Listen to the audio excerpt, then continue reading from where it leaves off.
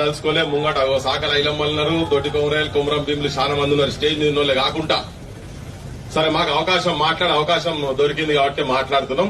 ముఖ్యంగా అసలు ఈ అందరిని ఒక దగ్గర తీసుకొచ్చిన మా తెలంగాణ జ్యుడిషియరీలో ప్రైడ్ ఆఫ్ తెలంగాణ మా జస్టిస్ ఈశ్వరయ్య గారు కావచ్చు, మా చిరంజీవి గారు కావచ్చు, ఈ మధ్య స్టాటిస్టిక్స్ అని వారు బాగానే చెప్తున్నారు సార్. తర్వాత మా విశారదన్ మహారాజ్ కావచ్చు, వాళ్ళందరికీ మొట్టమొదటి నేను కృతజ్ఞత చెప్తూ, ఈ మధ్యలో ఒక సామెత బాగా తెలంగాణ జనంలో ఒక సామెత బాగా చర్చకు వచ్చింది.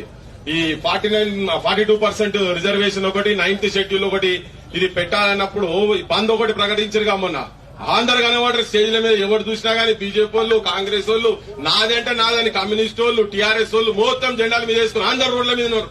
ఇన్ని రోజులు ఇళ్ల బంధువులు కూడా బంద్ కాడ మాత్రం నేనున్నా బయటకు వచ్చారు. మా జనం లోపల ఒక సామెత, అందరూ శాఖాహారులే, రొయ్యలములు ఏడవాయరు అని చెప్పని అందరు మాట్లాడుకుంటే మేము కూడా ఇంత నుంచి మాట్లాడినాం. జనం లోపల కూడా అంత అయిపోయింది. అరే అందరు ఒకటే ఉన్నారు, అందరు వేదికల మీద మరి ఏమైతుందని జనానికి కూడా అర్థమైపోయింది. ఏంటంటే ఎవరి శాఖాహారి కాదు, అందరు మాంసాహారులే, పచ్చి మాంసాహారులే అని చెప్పి అర్థమైపోయి అందరు దొంగలే కొడుకులు అందరూ క్లియర్ కట్ అర్థమైపోయింది.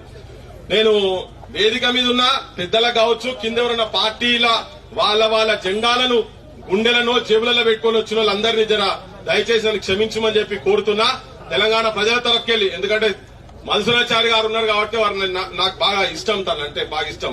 ఊకే చెప్తుంటా, ఊకే వాళ్ళు బీసీల గురించి మాట్లాడే బదులు మా సార్ను మీ పార్టీ అధ్యక్షుని చేసి అప్పుడే లొల్లోడిసిపోతుంది.